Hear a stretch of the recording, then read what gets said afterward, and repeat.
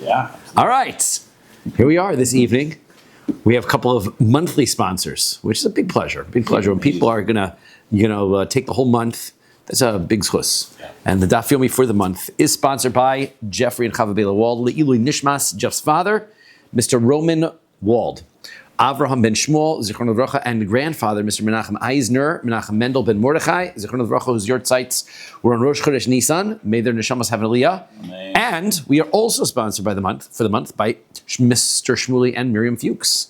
Lili Nishmas Shmuley's mother, Bela Yenta Bas Chuna, Zichron Livracha, whose yortzeit is on Rosh Chodesh Iyar. Your neshama have aliyah. Okay, so we're getting set up for the next one. Okay, good. All right, the neshama should have aliyah. Amen. We're going to continue on. We're going to talk about the Korban Omer and into Sfiras Omer. And we'll talk more about the Baitusim, and it's going to be a very nice Gemara today. Samach Daled Amud Aleph Itmar, it has been said. So this issue, we were dealing about violating Shabbos B'Shogeg, right? So this is practical stuff. And, right, if you are dealing with violations of Shabbos, so here's what happens. Shachat Shtei Chatos, okay? This, person brings a korban chatos, he slaughters 2 korban chatos shel tzibur. Okay. However, so he ain't tzorech ela achas. Right. What happens is it's Rosh Chodesh, for example, or one of the Yom Tovim falls out on Shabbos, and you're going to have to bring a seir chatos as part of the korbanos of that day. And he really only needed to bring 1 chatos for those days, but he made a mistake and he shechted 2 of them. So now what happens? Amar Rabba says, V'itema Rabbi Ami, so it's Rabbi Ami. Chayev al hashniya, he is liable for violating Shabbos for slaughtering the second one, because the first one was necessary as a korban. We call Shabbos. Are you chayav mitzvah? If you do it on purpose, right? If you do it b'shogeg. By accident, how many chatas you had to bring for that? So you're going to bring 1, right? So now, upater ali rishona, you're exempt for the first because you were doing a korban.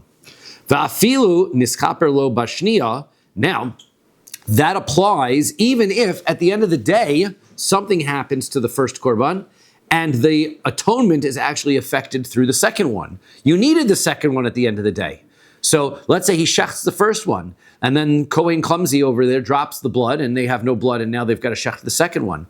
Well, since when you shechted the second one, that didn't happen yet, you are still chayev for violating even though you needed it. Right? Because at the moment you shechted it, it wasn't necessary. And even if the first animal is found to be a very weak, skinny animal, and in that circumstance, we might tell him, well, now that we see this is a weak, skinny animal, go ahead and slaughter the second one. So even though you're going to use the second one as your valid korban, the first one is the one you're not liable for, and the second one you are liable for. So, Umi Amar Rabba Hachi, did Rabba really say this? Didn't Rabba say something that sounds fairly contradictory? Let's say a person had on Shabbos, he had 2 chatos, echad shmeina achas kechusha. He had one of them, which was fat, and one of them that was skinny. Shachat shmeina, if he slaughters the fat one first, v'acharkach shachat kechusha, and then afterwards he does the skinny one, he's chayev a chatos, he's going to be chayev the korban chatos because he already fulfilled his obligation in the first one. Kechusha, but if he slaughters the skinny one, v'acharkach shemena, and then he goes after the second one that's fatter, pater, he is exempt from any korbanos. Why? Because the first one was slaughtered. Well, he had permission to do that. Then he realizes this one isn't going to be as kosher. Let's go after to the second one. And that one is slaughtered as a kosher korban. So he's not liable for either of them. So how is it that Rabbah seemed to say before that he would be liable, but now it seems like he's saying he's not? Velo, not only that, Ella, not only do he goes ahead and if he does it, is it not a problem? But Ella omrim she'omrim, we tell him, go ahead and you go, even though you've already done the skinny one, you got to go do the fatter one and bring that as your korban. So therefore, sounds like if you did the skinny one and then the fat one, you wouldn't be liable. So e-boys, we have a couple of answers potentially. E-boys ema sami kechusha mikamaisa. Either that was a mistake. He really holds that if you did the skinny one first, then you do the fatter one, you're not going to be liable. Or e-boys ema hahi Rabbi Ami amra. That was Rabbi Ami who said it. You have mixed up who it was who said it. Rabbi Ami was the one, not Rabbah. It's okay. So you're right. It would be a contradiction to Rabbah if he had said it. Amar le Ravina Ravashi. So Ravina says to Ravashi, Nimtseis harishon kechusha b'bnei ma'ayin. Okay, let's say the animal They shecht the first one, and then they shecht the second one. They hadn't opened the first animal yet, and so it looked perfectly fine. So then you slaughter the second one, thinking the first one is totally fine, right? You should be liable. But then they open the first animal, and they realize that it's got some very weak insides, right? It's got some very skinny intestines. Mahu. So what's the halacha now? If we had known that it had bad intestines, we would have told him to shecht the second one. But at the moment that he shechted the second one, he did not yet know that he was needing it. Basar machshav toaz linan. Do we go after what he was thinking? And he was thinking that he was doing an avera, v'gavra li surah kamechave. Oh, dilma basar masav ozlin. Or do we go by his action? At the end of the day, he didn't do anything wrong.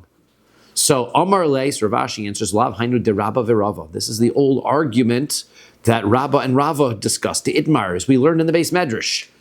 Shama shetava tinok bayam. Let's say there's a guy, and he hears that there's a child drowning in the river, right? He doesn't care much. Uparas mitsuda lalos dogim. He says, I'm going fishing. So he throws his net out into the water to catch some fish. V'hala dogim, and he catches fish on Shabbos. Chayev, he's liable for hunting, right? Catching, trapping on Shabbos. Lahalos dogim, if he throws his net in with the intention to catch fish, v'hela dogim v'tinok, and out comes the fish, but also the child. So Rav Amar Chayev. Rav says, you're Chayev. You caught fish, right? You had a thought to catch fish. Child or a human child? He was sorry? A fish's child? Or No, a human child, yeah. So he comes out the fish. Maybe both, you don't know. Maybe both. So he catches the fish, and so he's liable, right? Because his intention was to do the Aveira. So that's what happens to him. Rabba says, Potter, no, he's not, because even though it wound up being Pikuach Nefesh, he was allowed to throw that out and catch the child. The Adkan Rabba lo kapotter, ela kaven deshama. No, the reason is, Rabba says, over there, remember the first part of the story was, he heard somebody fell in the river. So he knew that it's possible that he could catch the child. So therefore, if he ends up catching the child, he could say all along, I sort of had in my mind that I was going to do that, right? When it comes, but Aval here, Lo Shama, he didn't know that the cow had bad intestines. He hadn't opened it up yet. So even Rabba would say low. Rabba would say, no, you're still liable for slaughtering the second animal. Ve'ika de Amri, and there are those who say that Rav Ashi said something else. Amar le, that Rav Ashi told to Ravina, Hainu plugtaihu de Rabba v'Rava. This is dependent on the ark. This is dependent. Right before we said it's not really dependent. Even Rabba would say no. Now there's some who said no. He said it is dependent on the argument between Rabba and Rava. De itmar, as we had learned, shama shetavatinach bayam. If somebody hears that a child is drowning in the water. Uparas mitsuda lahalos dogim, and he says, I'm going fishing. He throws his net out to catch fish. Vehela dogim, and he catches fish. Chayev, he's liable for catching fish on Shabbos. But at the same time, you're saving the child's life. He didn't yet, not in the first case. The first case, he doesn't save the child, right? He intends to catch fish, and all he does is catch fish. Right. Lahalos dogim, if he says, I'm going to go fishing, this is the case that you're thinking of. Vehela tinok vedogim, and he catches the child and the fish. So then Rabba Amar Potter, Rabba says, you're exempt, right? Because you caught the child. And Rav Amar Chayev, Rabba says you're Chayev. Rav Amar Potter, Rabba says you are exempt because Zil Basar Masav, you go after his actions. Rav Amar Zil Chayev, you're liable. Zil Basar Machashav To, you go after what he was thinking, and he didn't care to save the child. So, and we leave it there, meaning that it is dependent on the argument between Rabba. Well, no, not Teku, but nevertheless, what we're saying is Rabba and Rava are arguing over the situation that we're dealing with in our Bryce as well. Okay, next case. Dealing with minimizing the violation of Shabbos. So Amar Rabba says, Cholish amduhu ligrogeris, right? Guy's sick. Doctor said, you know what this guy needs to get better? He needs a dried fig. Medicine was simple back then. No co-pays, just a dried fig, right? No ibuprofen. Okay. Achas. So he says, but he only needs one. Viratu asar b'nei adam. 10 guys say, we're gonna go help. Everybody goes running to go get him a dried fig. Ve'eviu asar grogros b'basachas. They bring him 10 dried figs all at once. Patur, and they're all putter, right? Hatzalah call goes out. 5 guys show up. Right? Are they okay? They only needed 2 guys there. Is it a Mechal Shabbos? It's bad? No. They all thought they were saving life. They're all okay. It was ultimately done the situation. Sorry? It was ultimately done the situation. It does. Seems like it does not. As long as they presume that they're coming to save a life, all of them are doing the right thing. Now, obviously, they coordinate. But They don't have to. If all of them come running, that's okay. The Chal Shabbos, everybody's allowed to. Not only that, but even if they don't all arrive at the same time, they all thought while they were picking the date that they were doing it because it was necessary. So that's okay. Afilu kodam v'hivri b'rishona, even if the guy got better. First guy did, and then nobody else even has to come. Nevertheless, they're all exempt because they were coming for pikuach nefesh. You don't have to worry about it. Okay, boy Rava. Rava asks, Cholish amdu l'shtei grogros. Okay, now you got a different sick person. He needs 2 dried figs. Very common illness, whatever that illness is that needs dried figs. But yeah, shtei grogros b'shtei uktzin. And then you look at the tree. And the tree's got these dried figs on it with 2 different stems. So that means he's got to have 2 acts of harvesting in order to get this. And, right, v'shalosh be'oketz achas. Then he looks up the tree, and growing out of 1 stem, there's 3 of them. So what do you do? You cutting 2 of them because all he needs is 2? Or do you cut only 1 stem and you get all 3? So haiminayu maisinon, which one do we get? Shtayim masinon, you bring the 2. Why? Dechazula, because that's all that he needs. Oh, Dilmor, do we say shalosh maisin, bring the 3 because the kamamata katsir, because that's less harvesting.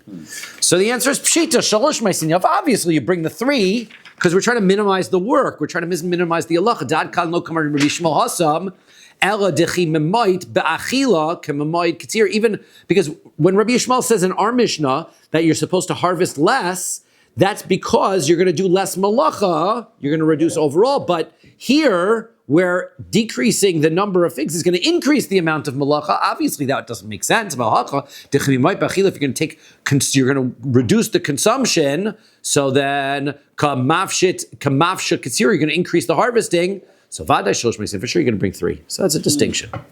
Next Mishnah. Good so far? Yeah. Next Mishnah. Good. Mitzvahs ha'omer. Here's the mitzvah of the omer. Lehavi min hakarov. It's best to bring from whatever's nearby. Lo biker hakarov Yerushalayim. Let's say it hasn't ripened yet. The grain, the barley, right? So it's snowing outside, and this barley by Yerushalayim is not ripe yet. So mevino so mikol makom. You can bring it from any place. Parenthetically, inside Eretz Yisrael, right? We said it has to be inside Eretz Yisrael. Mike said there was a story. Shabbat Omer migagos tzrifin. There was a story. We'll get a good agadata. We'll see in a moment, right? Gagos, they had to bring it from Gagos Tzrifin. Ushtei alechem, and then when they came, they needed wheat from someplace. They needed to bring it for the Shtei alechem on Shavuos. Bikas ayin. They had to bring it from a place called Bikas ayin. So bikas ein socher, from the valley of Ein Socher. Says the Gemara, my taima. What is the reason why we have to harvest? We have to bring it from the closest possible place. Carmel. Either because there's an obligation, the pasuk says you're supposed to bring a carmel. We're going to see what the word carmel means, but it means it's supposed to be nice and soft, right? So you want freshest. And the further you have to walk, the more it dries out. So we want it as fresh as possible. Bring it from the seed that's harvested closest. Or else, mishum de'ein ma'avirat al mitzvos. You can't walk by a mitzvah and do the mitzvah from someplace away. We have such a concept, right? Whenever you've got a mitzvah, don't pass over one mitzvah and go get another mitzvah, right? The one mitzvah that's in front of you, very common, right? You've got your talis and your tefillin in your talis bag, right? And you want to grab your talis and the tefillin are in the way, right? So that's going to be a problem because you can't pass over to get the other one, right? So this is where it becomes very critical and important to put your tefillin into your bag first, so it's further down. So the talis is the first one. You take everything out, right? This is the Ein Ma'avir Al Mitzvos principle. Or for Shabbos, you take out your talis from the bag and leave it somewhere else away from the tefillin. Yeah, well, that's on Shabbos, but that's not an Ein Ma'avir Al Mitzvos issue. That's a muktzah issue, right? There's an Ein Ma'avir Al Mitzvos issue. Here's the story. There was a story they had to bring the barley for the Korban Omer from Gagos Tzrifin. Tana Rabbanan, Kesherotzu Malchei Beis Chashmoi Ze Al Ze. Well, there was a rebellion during the times of the Chashmonaim, and what happened was you had Aristobulus fighting against Hyrcanus, if I'm remembering their names right, and Aristobulus and Hyrcanus. All those English? They are probably Greek influence, sounds like, right? Which is because even the Chashmonim were fighting against the Greeks, but it sounds like they're right. And they were brothers. There was a civil war. Right. And what happened is Hyrcanus's group was inside the Beis Hamikdash area, and Aristobulus was laying siege to the area. So Hyrcanus the other way around. Hyrcanus is on the outside, Aristobulus is on the inside. But they had a truce. Every day, the guys on the inside would lower down some money. Could you buy us a korban? And umalin lahen tamidin, and they would take the money and then buy korban tamid and send it up. Because siege is a siege, but we both want the korbanos to be brought. So they had a truce when it came to the korban, and they would send the korban up. There was one older guy there, he was a Greek, he schooled in the Greek ways. Rash says he was a trickster, right? Schooled in the Greek ways. And he whispered to them, and he gave advice to them in Greek culture. Amar lehen, he said, as long as the guys on the inside are getting the service, they're not going to quit, right? They're obviously going to give in when they don't have the things they need. You keep supplying them the things they need. Your siege is no good. So lemachar, so he says shilshulu lahen dinar in bekupa, when they lower the money down, vehelu lahen chazir. So they did what did they do? They lowered it down and they sent a pig up instead of the sheep for the korban tamid.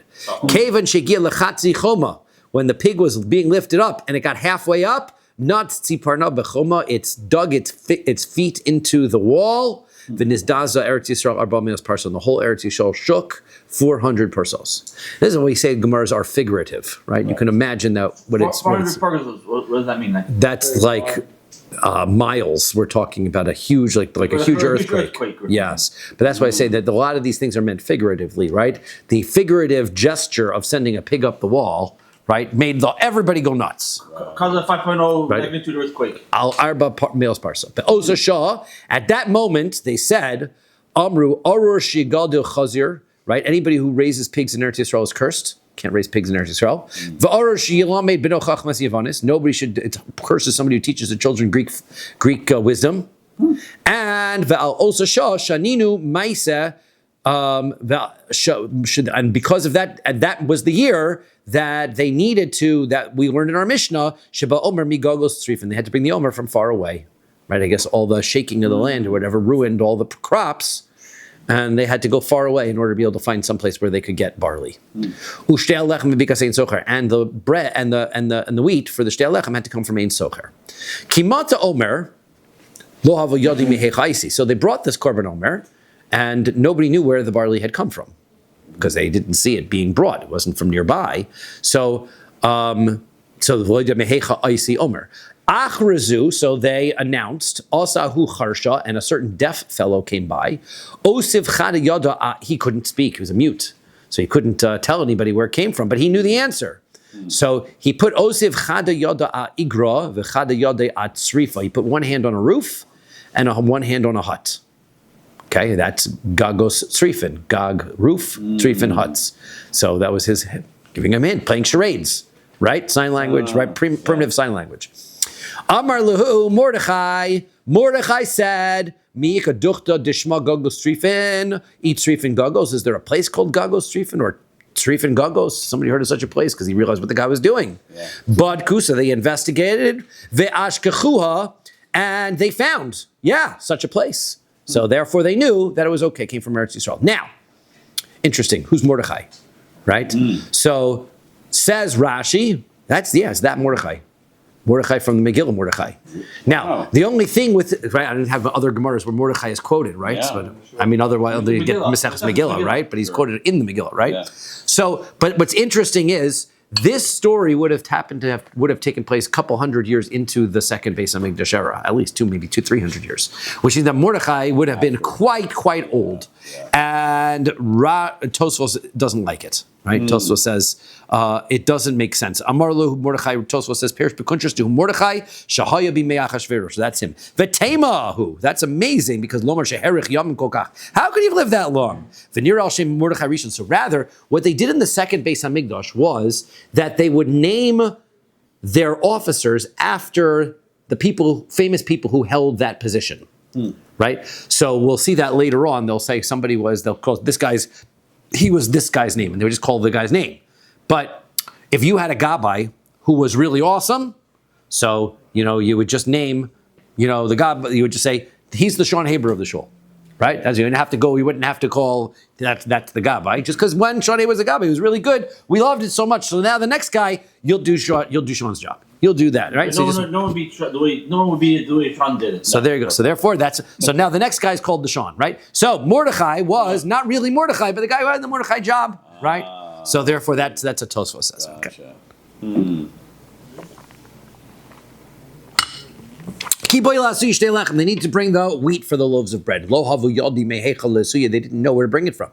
Achrasu, they didn't know where it was brought from. They found this wheat, they didn't know. So they announced, Asahu Gavra, Charsha, they found another, I don't know if it's the same mute or a different guy.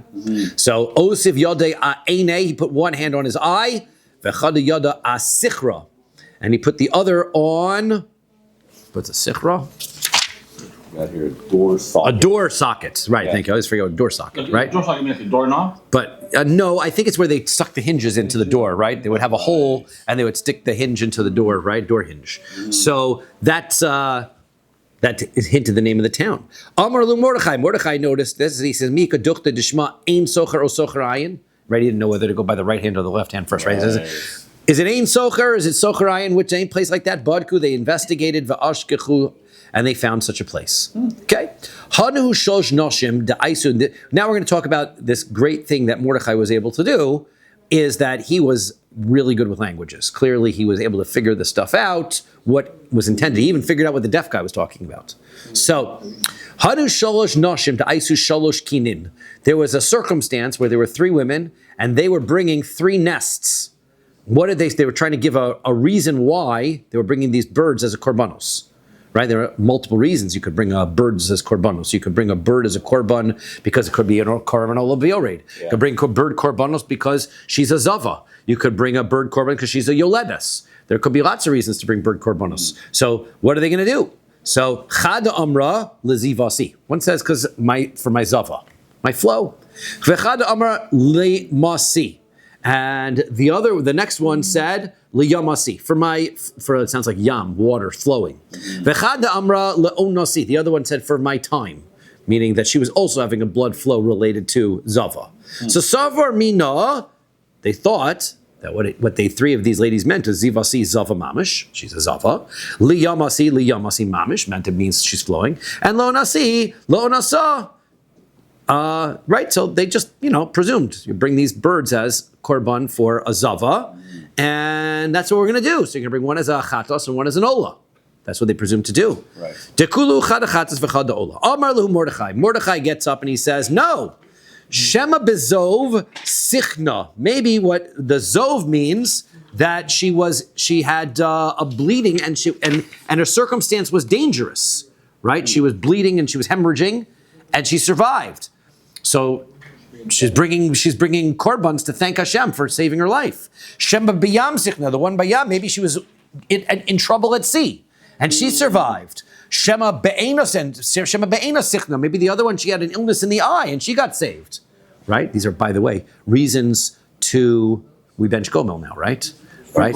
To go over going over water, getting better from an illness, right? Becoming blind then. So blind is an illness, right? Dekuluhu olos nenu. Therefore, all of these should be korban olos, not an ola and a chatos. Baduk. So they went and they asked the ladies, right? They checked out to see if he was right. Ve'ashkach, and they found that he was right. Right? And Mordechai figured out what they were saying. V'hainu ditznan, and that's what they said in Mishnah. Psachia alakinin. There was a fellow named Psachia.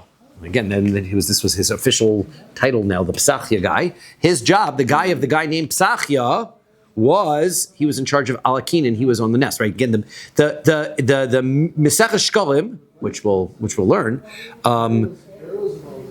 tells us that Psachia was in charge of this. They say, well, what do you mean Psach? For all 500 years of the Beis HaMikdash, one guy was in charge? No. Psachia was the guy who was in charge. He was so good at it, then all the guys later who had that job were called Psachia.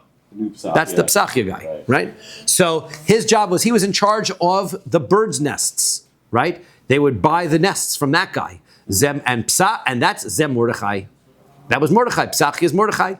Lama Nikro Shema Psachia. Why was he also called Psachia? Sheposech Dvarim v'Dorshan. He figured out, he was opened things up and he learned from them. V'yodea b'shivim lashon, and he knew 70 languages. What are you talking about? That's a big deal? That sounds like a great deal, right? But Kulu Sanhedrin Nami Yodi Shivim Lashon. That was a requirement to be on the Sanhedrin. You had to know 70 languages. We learned that in Masechah Sanhedrin, right? So, Damar Rabbi Yochanan says, Ein Moshivin Besanhedrin Ella Bale Chachma. Here are the rules of getting onto the Sanhedrin. You need to be somebody who's very wise. Bale Mara, you have to look pretty good. Bale Koma, you have to be tall. Bale Zikna, got to have a beard, right? Or be older. Bale Kshafim, you got to know witchcraft. V'yodim shivim lashon, you got to know 70 languages. Sholtei Sanhedrin shamas mi piar turguman, because we don't want the Sanhedrin to have to hear the case from an interpreter, right? You got to hear the case straight, direct. Now, kshafim, what do you need to know witchcraft for? You need to witchcraft because multiple potential answers, right? You have to. A lot of cases came that had to do with witchcraft, so the Sanhedrin had to be knowledgeable in the topics that they were judging on. Another explanation, what happens if you got somebody who does witchcraft in your court and you sentence him to death, right? What are they going to do? They're going to come and attack you with witchcraft. You got to know how to defend yourself, right? You need to, what are the defendo spell or whatever. Sometimes you use witchcraft to bring him back to life. Well, we don't know that we don't do, right? Witchcraft is usher to use, right? But also, so they have multiple potential reasons. The Rishonim explain why. It's important that a tzaddik be tall, right? If you ever see a picture of the Chavetz Chaim, Chavetz Chaim was a very small guy. Rav Moshe Feinstein was not a tall person. The Rebbe was short. Yes, so a lot of people were short. So why is that important? They couldn't make it to the Sanhedrin. So Baalei Koma. So lots of discussion about whether these are ideals. Right, ideally, if you're going to pick people, then these are all good qualities for somebody who's in Sanhedrin. Right, all right, but not. Yeah, I think so. Yeah. So these are all. This is ideals, but not critical, right? So, okay. Ella. That's why by judges they have over. Right, I think the Rambam uses the language of mishtadlin. We make an effort to find people with these qualities. Right, it's good quality, but not a critical. Not mandatory. Ella dehava bayil lishnei v'dar. So therefore, what are we saying? What was unique about Mordechai? Mordechai, he was able to mix up all the languages and figure out what people were talking about. Right? Anybody could speak all the languages, but here when somebody says something weird, and he says, I know that's part French and part Italian, I can know what he's talking about. Behind Dichsiv, that's what it says by Mordechai, Mordechai Bilshon. Mordechai, they gave him another nickname. They called him Bilshon. Bilshon, what does that mean? Bilshon, that means that he mixes up languages. He was able to figure things out, figure out languages, figure out what people were talking about. Multilingual. He was, simultaneously, right? Able to mix and match all the languages and figure out what people were talking about. That was clearly a skill that Mordechai had, which is funny because in the Megillah, what does Mordechai do? He overhears Big Son of Viserys plot. It could be. Imagine Big Son of Viserys, we're talking in code and nobody even knows. But you got Mordechai, he's the ultimate linguist. Decoder. Right? He's the decoder, so it makes sense that would might be Mordechai. Morse or Latin, one of the two. Next Mishnah. Ketzid Hein Osin. What is the procedure for bringing this Korban Omer? Shluchei Beistin, the officers of the Beistin, Yotzin Me Erev Yom Tov, they would go out before Yom Tov. Right before, remember, this is being brought the second day Pesach. So on Erev Pesach, they would go out. V'osin oson krichos b'mechuber lekarka. They would make bundles that while they were still attached to the ground, they would just tie it up so it would become easier to harvest later on, right? They would tie it up so it was ready to go. Noach Liktzor. Kol hayaros smuchim b'sham. Then all the cities that were nearby that night, Motzei Yom Tov, so Miskansel Sham, they all gathered together. A big crowd would show up. Niktzar be'esik gadol. They would make a big deal out of the harvesting. Kevan shech shicha. Once it got dark and it was Motzei Yom Tov, Omer lahen ba shemesh. He would make an announcement to come and get up and go, hey, is it sunset? Omer hin. Everybody yelled, yeah. He would say, ba shemesh. They didn't hear him, right? Omer hin. They go, yeah. He goes, Magilzu, is this the scythe? Omer lo hin. Now the crowd's getting into it, right? Hin, yeah. He goes, Magilzu, is this the scythe? Omer hin. I feel like it's like I don't know why I'm doing it. I feel like Rabbi Gislis would be like up there. You're doing right? Good job. Kupazu, is this the box? Is this where we're going to basket? We're put it in. Omer hin, yeah, right? Kupazu, Omer hin. But Shabbos, Rabbi says, we'll do it even if it's Shabbos. It's Shabbos, we're still allowed to do it, right? It doesn't matter. Omer lahen Shabbos, they Omer lahen Shabbosu, and Omer lahen hin. They say, yeah, Shabbosu, Omer lahen hin. So he goes, Ektsor, I'm going to do it. V'hem Omerim lo, Ktsor, go ahead and do it. Cut it. Right? It's like a whole build-up. Ektsor, v'hem Omerim lo, Ktsor. Wait. Shalosh pamim al kol davar v'davar. Well, now the Mishnah only has 2, right? But they did it 3 times. Right? Sounded like you're getting everybody riled up, right? You can see it, imagine he's got a big, huge crowd and the Kohen's running around. Here we go, everybody, right? What's going on? You keep this up. I'm gonna get walled up. The Hein Omrim, hin. They're going, yes, right? Like Arsenio Hall. The Kokach Lama. You have to Google that one. Okay. It's old, I right? remember. No, you don't have to Google it now. No. Kokach Lama. Why did they have to do all this? Because remember the Baitusim. We're making a whole fuss that they're not supposed to do it today. Shari Omer Mim Katsir Somer B'Motzei Yom Tov. They say you don't do it after Yom Tov. So they made a whole big fuss to show everybody we are doing it. Right? So that's why. Tanu Rabbanan, the Rabbi said, Elaine Yomaya Delolhis Anobahon. It says in Megillus Tainus. They had a Megillah. They kept all the, whenever there were special Yomim Tovim that you're not allowed to fast, they wrote them down. Now, all of those are no longer present, except for Hanukkah and Purim, which were there. They also said you're not allowed to fast on those days. But Shabbos as well. Shabbos except for Yom Kippur. Shabbos is a different issue. It's in the Torah. These were days. Except for Yom Kippur. It's also in the Torah, but these are days that miracles happened to the Jewish people, and so they established not to fast.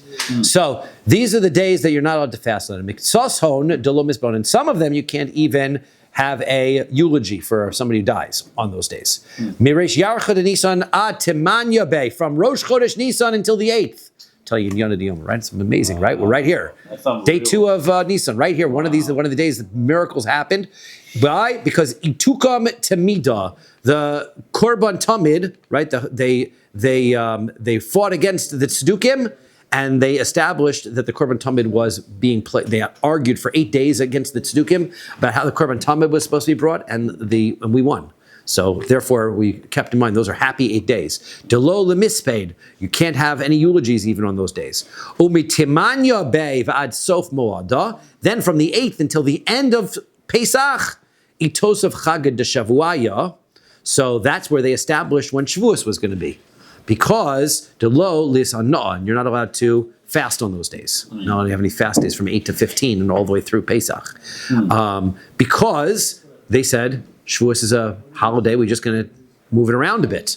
Why? Here's what happened. Meresh Yarchad Nisan vad Timanya Bay. From Rosh Chodesh Nisan until the 8th day, Itokam Timida Delol Mispad. They established the Tamid that they weren't going to have any eulogies. Why? Shayat Tzukim Moment. The Tzukim said, Yachid Misnadev Umevi Tamid. They said an individual he could donate the offering, right? If somebody wanted to bring the Korban Tamid, doesn't have to be community funds, it could be anybody's, right? My Dorish, where did they see that from? Because the pasuk says,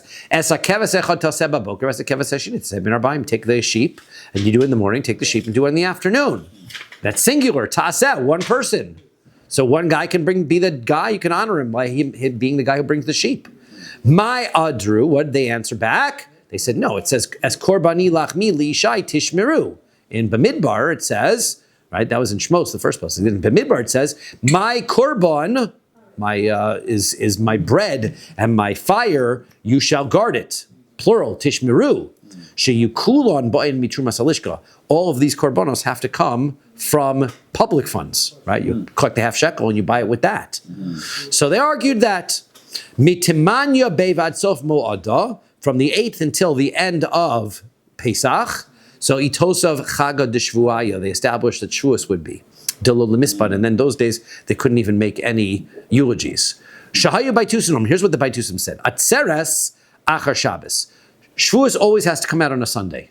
Always. Why? Because the pasuk in Vayikra says, "Usfartim lachem mimachros Shabbos." You're supposed to count the Omer from the day after Shabbos, the day you bring the Omer. So, whenever the first day of Pesach was over, they waited until Shabbos. Then that Sunday would be the day that they would bring the Korban Omer. Then you got to count 7 weeks, which means Shavuos is always going to fall out on a Sunday.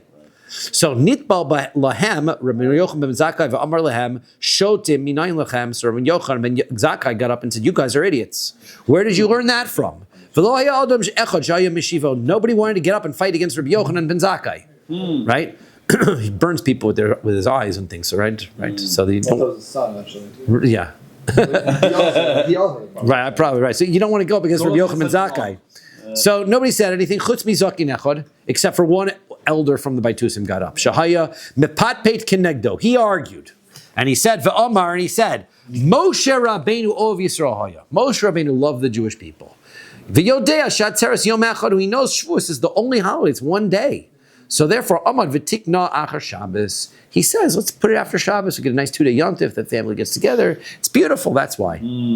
Okay, that was his reason. Thursday night. Kadesh Yehu Yisrael misangin shnei yomim, so that the Jewish people get a 2-day yontif. Okay, very nice. Karalov. So Rabbi Yochanan said about him, Mikra, he said, this is what this pasuk is. Look, pasuk says, Echad asar yomei chorav derech har seir. It says in Dvarim that it is an 11-day journey from Har Sinai to the Mount Seir, which is in the southern part of Eretz Yisrael. How long does it take to get from Har Sinai to Eretz Yisrael? 11 days. That's it, 11-day walk. If Moshe Rabbeinu loved the Jewish people so much, why did it take 40 years? He didn't. There's a Waze commercial in Eretz in Eretz Yisrael, Yeah. right? Where Moshe Rabbeinu, they're looking around for the GPS, trying to figure out which way to go, right? So exactly, yeah. Amar lo Rabbi. So he says, so the older guy says, Rabbi, b'kacha tapoltrani, you're fooling around. That's a joke. I mean, what kind of, that's what you have to say to me. So he says, Amar lo, he says, look, Shota, you're the fool. V'lo dei Torah, shalemo shalanu, kishsicha betela shalachem. Your stupid idea, you have the stupid drush. I'm not going to waste my time replying with the real answer when you're saying such foolish things. I'll tell you what the real answer is, though. Kosav Echad Omer 1 pasuk says, Tisperu chamishim yom. You're supposed to count 50 days. That is in Vayikra. We just quoted, right? You're supposed to count 50 days. Because of Echad Omer, and then we have a pasuk in Vayikra that the pasuk before that says Sheva Shabbosos Tmimos Tiyena. It's supposed to be 7 full weeks. HaKetzad. How do you have 50 days and also 7 weeks, right? 7 weeks, right, implies that it always starts on a Sunday because it's a full week, 7 full weeks. 50 days means you count 50 days whenever it is. So how are you going to satisfy both psukim? The answer is kan be Yom Tov shechal yos b'Shabbos, kan be Yom Tov shechal yos b'Emtza Shabbos. Depends if Yom Tov, if Pesach falls on Shabbos, so then you have 7 full weeks. If it falls on other days, then you don't have full weeks. You have 50 days. It's an either or. So therefore you see that the Torah tells us you can have it either way. So you guys are wrong. Now we're going to come into, basically the next page is going to be, because it seemed to be such an argument with Baitusim, everybody took a shot at proving them wrong. So you're going to see a whole bunch of different answers, some of them better than others. Rabbi Eliezer says, Einot tzarech, I don't need that answer. Harei Omer, the pasuk says, Tispor loch, you have to count. Svira tuluya bebeised in. Right, when the pasuk says tispor loch, then you're supposed to count 7 weeks, right? From then you're supposed to count 7, so that is based in counting. Shehem yodim lechodesh mimach shehem yodim lechodesh hang on lechadesh. Yeah. The other Kaddish and did it to the side. Yeah, Shem Chadesh. And Menachos Shabbos. Right. So that's what it means, right? It's svira that tisperlach means that the counting is dependent on based in, right? They set the months, which means based in tells us when Yom Tov is. Based in doesn't tell us when Shabbos is. Therefore, the counting of the Omer is based on when based in tells us to start counting, which is whenever Yom Tov falls, not based on Shabbos, because that's tisperlach, which is dependent on based in. Now, mimacharas Shabbos. So therefore, when it says the day after Shabbos is macharas Yom Tov, right? So it has to be Yom Tov. Yotza Shabbos Bereishis. That's not going to mean Shabbos Bereishis. Why? Shesfira sabachol adam, because that is nothing to do with based in. Everybody knows when to count Shabbos. That has every 7 days. You don't need based in for that. Rabbi Yeshua says, I'll tell you why the Baitusim were wrong. Amra Torah. The Torah says Minei Yamim v'Kadesh Chodesh. It says that you're supposed to count days and you're going to establish a new month, right? In honor of our monthly sponsors, right? Minei Yamim v'Kadesh Atzeres. It also says you should count some days and then make holiday of Shavuos. Ma chodesh samach libiaso nikar, just like we know that Rosh Chodesh begins immediately after the new moon, so that's how it works. The last month ends, the new one starts immediately. Afatzeres samach libiasa nikeres. So too, immediately following Yom Tov, we immediately know exactly when Shavuos is going to fall because we start counting immediately. Vim tomer atzeres liyolam achar Shabbos. Now, if you're going to say that Shavuos is always going to come out on a Sunday, seichte nikeres misha lefaneha. So then, how are you going to be able to notice what's the recognition from the beginning of the month? How are you supposed to know exactly when the counting is supposed to be? It's going to move around, right? Depending on what month the day of the week falls. Rabbi Yishmael says, Amr Torah have Omer upesach bepesach. Rabbi Yishmael says, look, the Torah says you're supposed to bring the korban omer on Pesach. Ushtei alechem batzeres. You're supposed to bring the korban shtei alechem on Shavuos. Malhalan regel utchilas regel, just like the omer is supposed to be brought. Just like Shavuos, the shtei alechem is brought on the holiday, right at the beginning of the holiday. Afkan regel utchilas regel. So too the omer is supposed to be brought at the beginning of the holiday of Pesach. So that's how you know it starts right away. And if you wait, right, if you're going to do it on a Sunday, something that could be on the 6th day of Pesach, on the 7th day of Pesach. It doesn't have to be. So Rabbi Yehuda ben Beseira says, Nemar Shabbos lemala v'nemar Shabbos lemata. The word Shabbos is written in both psukim, the one that says you have to count weeks, and then the one that says you have to count days. Ma leholan regel, utchilas regel, just like it says that after the Sheva Shabbosos, after the 7 weeks comes a holiday, a Yom Tov. So that's Shabbos means a holiday. So also the first Shabbos, which we're counting after, is also a holiday, a Yom Tov, not Shabbos Bereshis. So Avkan regel utchilas regel samach la. Okay, so regel and utchilas regel is next to it. Fine. Tanar Rabbanan. We'll do some more of these. Usfartim lachem says you should count for you. Should take sfira lekol echad ve'echad. This means the mitzvah of counting the omer is on each individual. Then it says mimacharas, right? It's not a based-in obligation. Everybody counts the sfira themselves. Mimacharas haShabbos. Then it says we're supposed to count from the day after Shabbos. Mimacharas Yom Tov. It means the day after Yom Tov. Eino elo l'macharas Shabbos Bereshis. Maybe it means on a Sunday.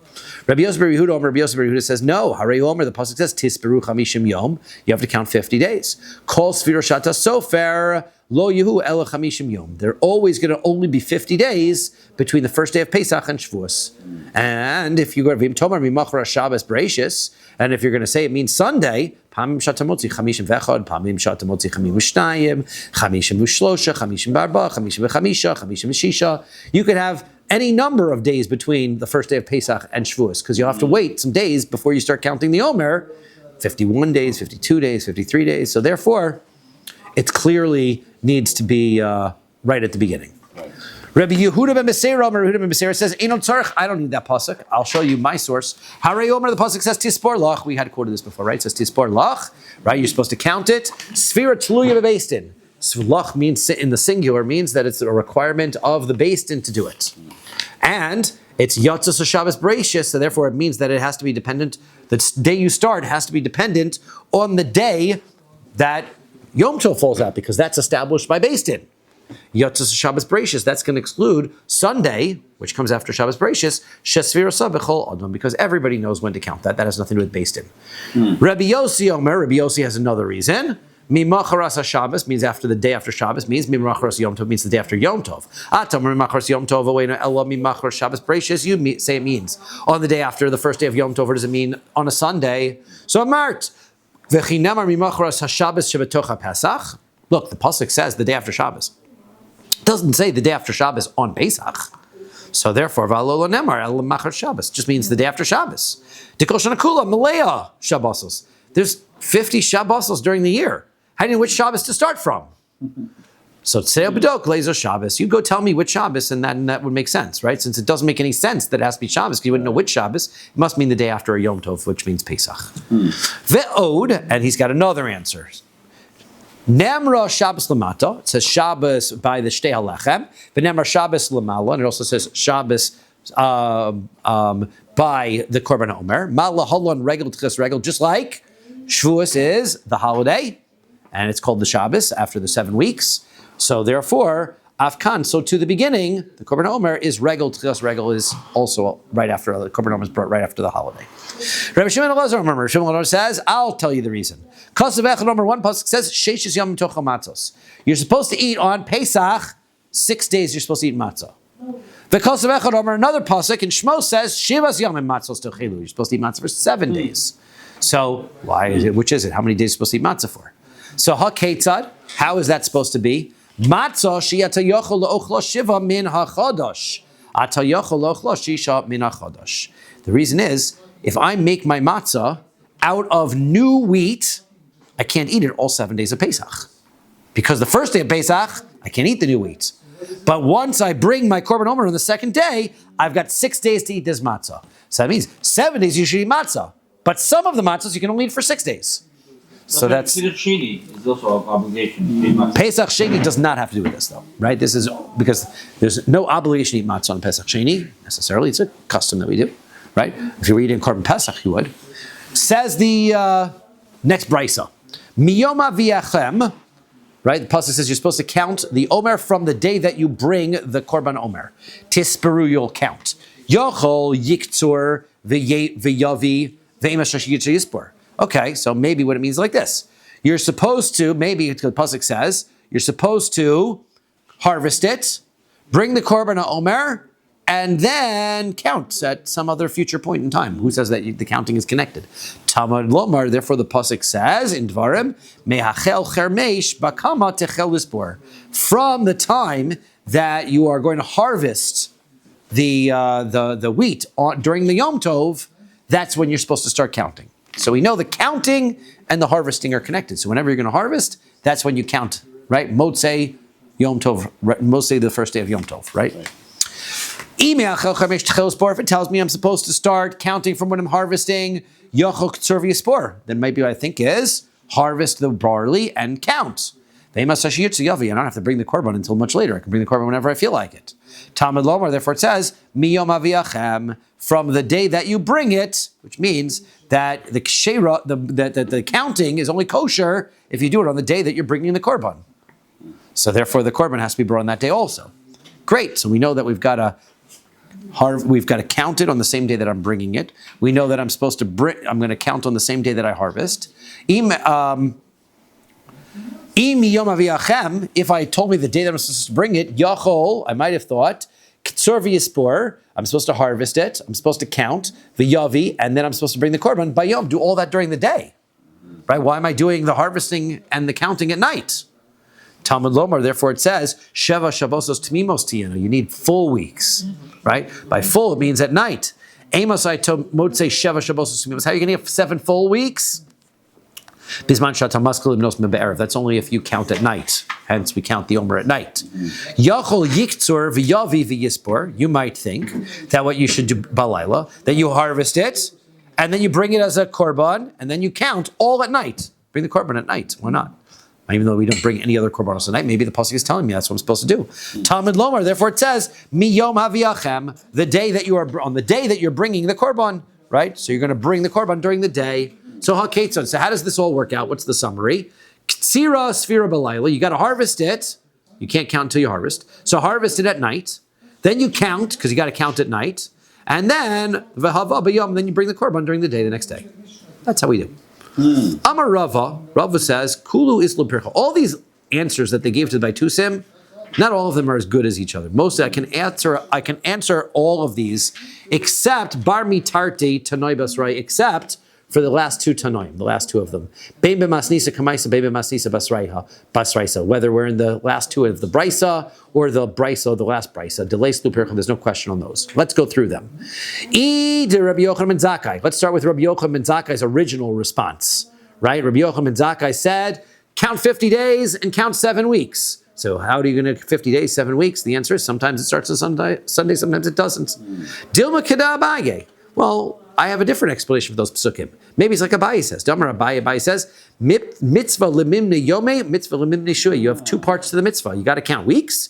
You got to count days. Right? You count shmona yomim, shem shavu echad v'yom echad lomer. That's like you got to count the days. You got to count the weeks. Rabbi Eliezer. What about Rabbi Eliezer's? He's the one who said that it's tisporlach means it has to be a counting that Beis Din is involved in. Therefore, it has to be the Yom Tov which Beis Din sets, not Shabbos. So, Rabbi Yeshua is also, he learns it from Rosh. He also has a binyan of Rosh Chodesh. He also says that you have to know when it's going to fall. So if you don't know when Rosh Chodesh is going to be, right? I have to know when it's going to be, right? So therefore, he learns from there. So the problem with those answers is, you're right, it has to be the day after a Yom Tov, but might be Yom Tov Rishon Kai. It doesn't really answer how we knew that it has to be after the first day of Pesach. Maybe it means after the last day of Pesach, right? That's still a day dependent on Beis Din. So Dilma be Yom Tov Achron Kai. So Rabbi Yishmael, what about Rabbi Yishmael? So he says that we're going to learn it from the Shtei Lechem. Shtei Lechem is brought on a Yom Tov day, so too the Korban Homer is brought on Yom Tov. Rabbi Yehuda ben Beseira, and also Rabbi Yehuda ben Beseira. So he's got, what about his? Leisu Pircha. Those are the ones we like. We like those answers. Those are good answers, right? From the fact that it says Shabbos in both places. Imi Rabbi Yossi Rabbi Yehuda. What about Rabbi Yossi Rabbi Yehuda, who learns it from the fact that it says Tisbru Chamishim Yom, that you're going to count 50 days, and he says it's always going to be 50 days, and therefore, if you wait until Sunday, sometimes you'll have 51 days, 52 days, 53 days, always got to be 50 days. Havamina Dilma Chamshin Lebar Mehani Shita. Mimi, the answer is that it's 50 days, you're right, but it's always 50 days from when you bring the Korban Omer, not 50 days from the first day of Pesach. So therefore, the first days don't count. Right, so maybe that's an answer to that one. Eid Rabbi Yehuda ben Beseira. What about Rabbi Yehuda ben Beseira, where he says Shavuos Tisporlach? You have to count the weeks, which means that it's dependent on Beis Din. I mean, might be Yom Tov Rishon Kai. Again, same answer. Who says that it means the first day of Yom Tov? Could be the last day. Yom Tov Achron Kai. Rabbi Yossi Nami Chazi Leipircha.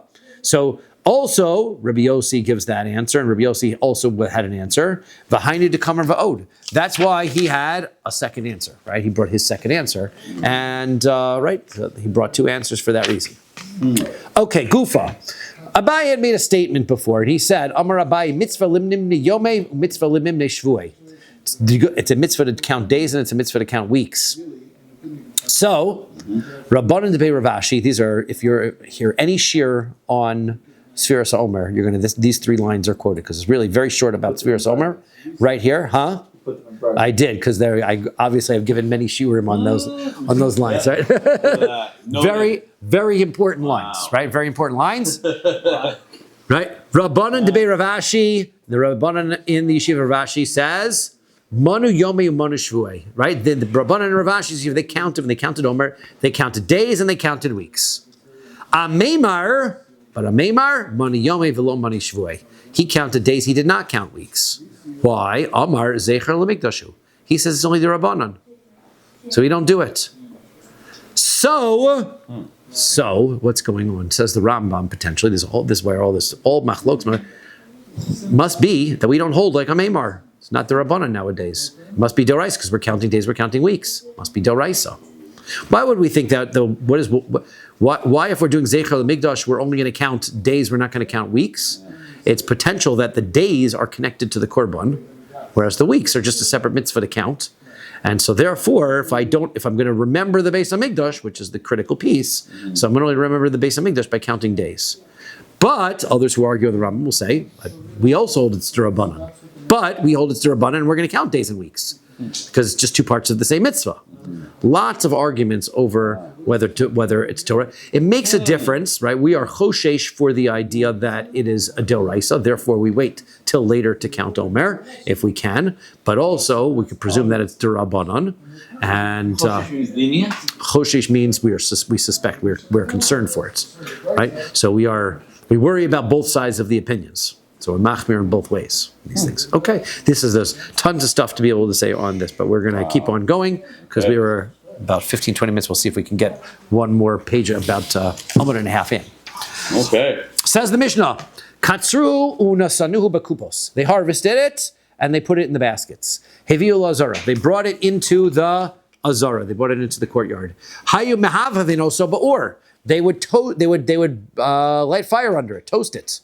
right? Kidei l'kaimbo mitzvahs koli, in order to be able to fulfill the Torah's pasuk, it says koli beish, toasted on fire. Divrei Rabbi Meir says. So according to Rabbi Meir, it's toasted. You brought the whole thing right in the husk, toasted it right there. That's how you did it. The Chacham said, no. First, Omrim bekonim ubekolchos chovtin also. You get some light sticks, some softer sticks, and some stalks of cabbage, right? These are lightweight things, and you beat it slightly. You don't want to crush the kernels, and remember, they're very fresh, but you beat them so that you get them out of their husks. Kadei shelo yismoich, we don't want to crush it. Nasnu la'abuv, then they would take the kernels, and they would put it into the abuv. The abuv was a copper pipe, and it was the abuv hayamenukov. It had holes in the pipe, kedei sheyeha or sholit bekulo, so that the airflow would go evenly through it, and it would toast the kernels nice and evenly. Shetchohu ba'azara v'haruch min hasheves bo. After that, they would.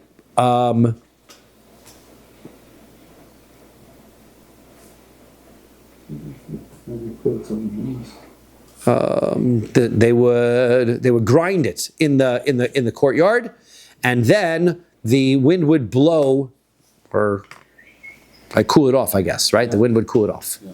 Nasnu l'rechayim shel grossos. When they ground it, they put it into a mill that was used for beans, right? So it was like coarse grinding, right? This was not supposed to be ground to solas, right? It's just supposed to be ground up. V'hotziu mimenu isaron. They got an isaron out of all of the stuff that they had. Shehu menufa b'shlosh nafa. It was sifted 13 in order to be able to get that. V'hashar. Now, if you've got any leftover wheat from that, barley from that, nifta, that can be redeemed. Based in the Beis Hamikdash can sell it. V'nechal l'kol adam. Anybody can eat what they buy, right? Because it doesn't have kedushas aguf. It only has monetary value. You could sell it. V'haya v'chayav b'chola. And it was obligated for you to donate. It was obligated if you bought that and you made it at home, you'd have to donate challah. It was personal. It's your personal flour, so you treat it like a personal thing. You still have to give a gift to the kohanim. Upater min meiser, but it's exempt from having to take meiser off.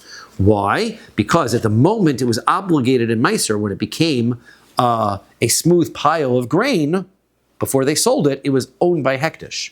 Hektish does not have an obligation. The Beis Hamikdash does not have an obligation to give Trumas and Maasros. So therefore, it was sold after Trumas and Maasros were already exempted. So when you buy it, you don't have to give Trumas and Maasros. But challah becomes an obligation once you mix it with water and you start kneading the dough. Since it was sold before it became dough, it is chayav and challah. Rabbi Akiva mechayav b'challah u'b'masros. But Rabbi Akiva enigmatically says, no, you have to give challah and you also have to give Trumas and Maasros. We're going to see what Rabbi Akiva holds. Tana Rabbanan, Rabbi's word. Aviv, right? Pasuk says that you're supposed to bring these first barley in the spring. Ze aviv. I mean, it's supposed to be the aviv, the first things that come out of the ground. So it's the first barley that comes up. Koli eish has to be toasted in fire. Melamish Yisrael mehavev himoso. That means it has to be. They had to heat it up and toast it. But eish on a fire. Kedei l'kayim bo mitzvahs koli, in order to fulfill this mitzvah that it has to be roasted or toasted. Divrei Rabbi Meir says, V'cham said, Ein or Loshon Koli. Koli doesn't mean fire, doesn't mean toasted. Ella Dover Acher. It means that it has to be heated up inside a utensil. That's why they say you got to break it down first and put that into the copper utensil. Haketzad, right? You need Ein Loshon Koli Ella Dover Kolil. It means that it is a utensil that's a heating pipe that's made out of copper. So that's what the pasuk tells us. Ha-ketzad. So how did they do it? Abuv shel klolios hayasham. They had a metal pipe that was there by a menukov kikavra, and it had holes in it like a sieve. Kedei shiteheha or sholat b'kulo, so the fire would heat it up evenly.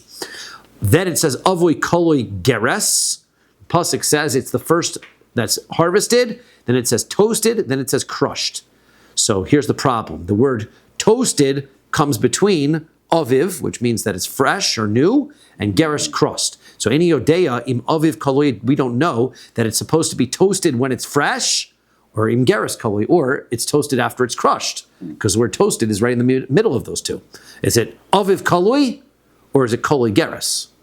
So keshomer ba'esh, Therefore, the word ba'esh, hifsika inyan, separates it. It says, aviv koloi ba'esh, right? It is freshly toasted. So before you crush it, you've got to toast it. So that's why they don't crush it. They don't put it in the grinder until after it's been toasted. Now, it says that you're supposed to do a carmel. It has to be nice and soft. What does carmel mean? Rach v'mal. You take the first two letters, kar, you flip them around, and you get rach, nice and soft, and mal. Mal means like a filled up pillow, right? Nice and plump And grains. comfortable to sleep on. Yes, don't sleep on barley. V'cheinu omer, as the pasuk says, vish bami bal shalisha. There was a man who came from Shalisha, v'yavi le'ish Elohim, lechem bikurim ve'esrim lechem se'orim, ve'karmel betziklono. There was this fellow, he came, and he was bringing presents to what's his name? Elisha, thank you. Elisha, and Elisha's had his starving students, 100 of them there, and he shows up with 20 loaves of bread and some barley, from fresh barley, in his tsikluno. Vayomer tain la'am v'yochelu. We're going to see what tsikluno means in a minute. Good question. So he says, go ahead and give it to everybody. And they all miraculously had plenty to eat from the 20 loaves. That was a miracle. So what does the word bitsikluno mean? Bitsikluno is an anagram. Right? That's when you have like a word that is meant, right? Same letters, you can make something else that doesn't get rid. No, that is an anagram, right? This is what's the one where it's a contraction, but it's not really a contraction. No, it's where the letters spell something, right? The first, break it apart. right? Each letter word stand for something. It's Rosh Tevos, whatever that is, right? I think Rashi is stupid. Right. That's the special word. Fine. So what is it? So what does it stand for? Bit siklono means ba v'yatzek lanu v'achanu v'navehaya. It says, come and pour it out to us, and we will eat it. And it was beautiful, right? Beautiful. That's what that word means. Ve'omer, here's another example where that happens. We're basically having a bunch of places where the word is a acronym. Acronym, that's what the word is, right? An anagram is mixed up, and acronym is what it is. Okay, good, thank you. I knew it was.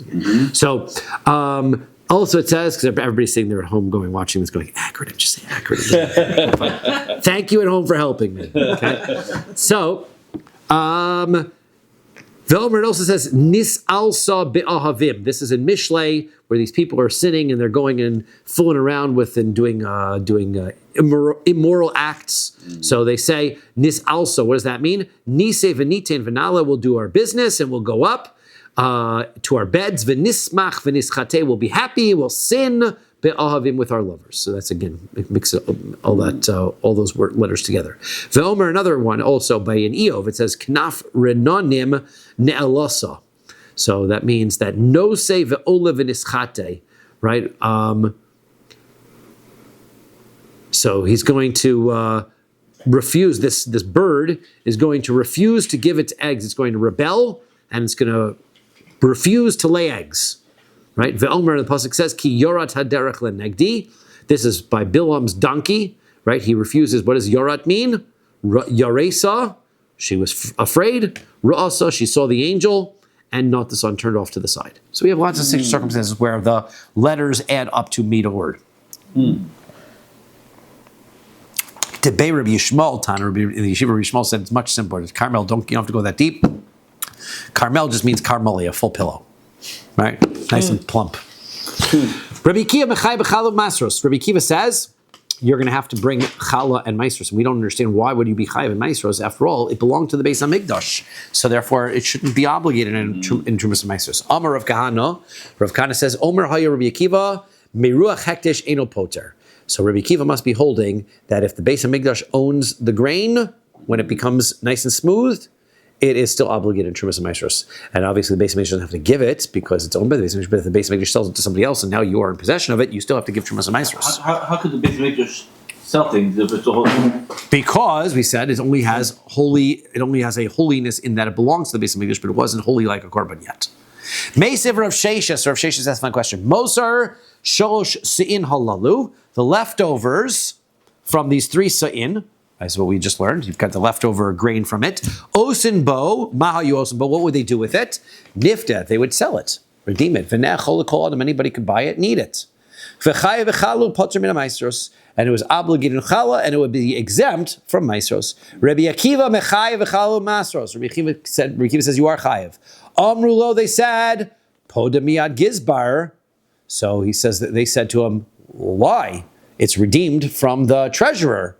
Shechayev v'chalu poter min ma'aser, which means that you should be chayev and challah and exempt from ma'aser. Now, what kind of answer is that? Obviously, Rabbi Akiva doesn't agree with you. So what'd you do? You just restated your opinion? V'im isa demiruach hektish inu poter. If Rabbi Akiva is really of the opinion that the fact that it belongs to the Beis Hamikdash is not going to exempt, might come really, then what are they telling him? What do they say? Well, it belonged to the Beis Hamikdash. So what? Because Rabbi Akiva says, because I hold that even though it belonged to the Beis Hamikdash, you still have to do Meiser. That's what I'm holding. So what is this conversation? That's his whole point. Ve'odin, furthermore, Esavei Rav Kahana bar Tachlifa Rav Kahana. Rav Kahana bar Tachlifa asked Rav Kahana the question, Rabbi Akiva mechayev b'chalu masros lefi shelo nitnu ma'os el tzarich lehin. That Rabbi Akiva's reason is that really the grain that was ground really never belonged to the Beis Hamikdash, was never really even made sanctified. It never belonged to the Beis Hamikdash. They ground it in such a way that they said, whatever we're going to use, we're going to take after. Whatever's left over is not sanctified in any way. Therefore, that's why Rabbi Akiva says it's chayiv and maasros, because this grain that was left over, it's not that this grain belonged to the Beis Hamikdash. Now it's potter for maasros, and then they sell it. It's that this grain, it was made as a condition. When we grind it, the first isaron that we grind, the Beis Hamikdash use. Anything that comes after has no sanctity to it at all. Therefore, it's chayiv and trumas and maasros. Elam Rabbi Yochanan Talmud Aruch hu befiv shel Rabbi Akiva shelo nitnu mos el letzarich l'shein. That is Rabbi Akiva's tradition. That when they ground it up in such a way that it was only the amount that they needed that was what became sanctified. Amar Rava says pshita li demeruach hektish potter. Seems clear to me, Rava says, that if the grain is ground up in the possession of the Beis Hamikdash, there's no trumas and maasros required. Rabbi Akiva holds that way. The only reason he does, again, like he said in this case, it never was in the Beis Hamikdash possession. It's only because they didn't need it. That's why it wasn't the Beis Hamikdash possession. But even Rabbi Akiva would hold that if the Beis Hamikdash possessed some grain and then they ground it up and made it into flour, that it would be exempt from trumas and maasros. But here's the question: Meruach hovei kochavim. What about if a non-Jew owns it? What if the non-Jew turns it into grain? What's the halacha there? Tanaihi. That's an argument. That's already an argument.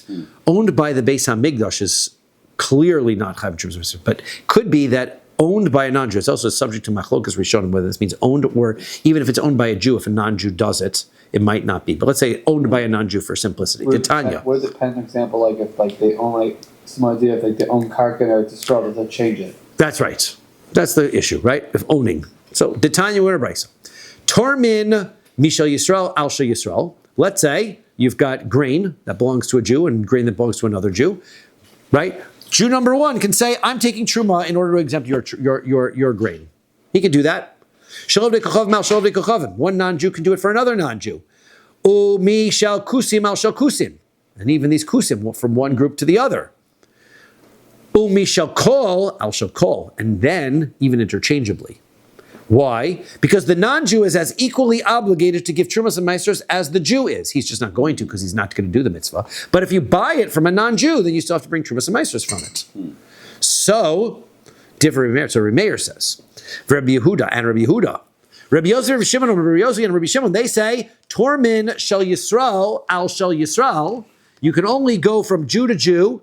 Shalavdei kochavim al shalavdei kochavim al shel kusim v'shel kusim al shalavdei kochavim. Kusim can go to the non-Jews and non-Jews to kusim because kusim are not Jewish, right? According to this, Aval lo shel Yisrael al shalavdei kochavim v'shel kusim. But you can't have a Jews take care of a non-Jews or a kusis because the kusim and the non-Jews are only obligated rabbinically, and the Jew is obligated on a Torah level. So you can't take this produce and relieve that because they're not of the same type.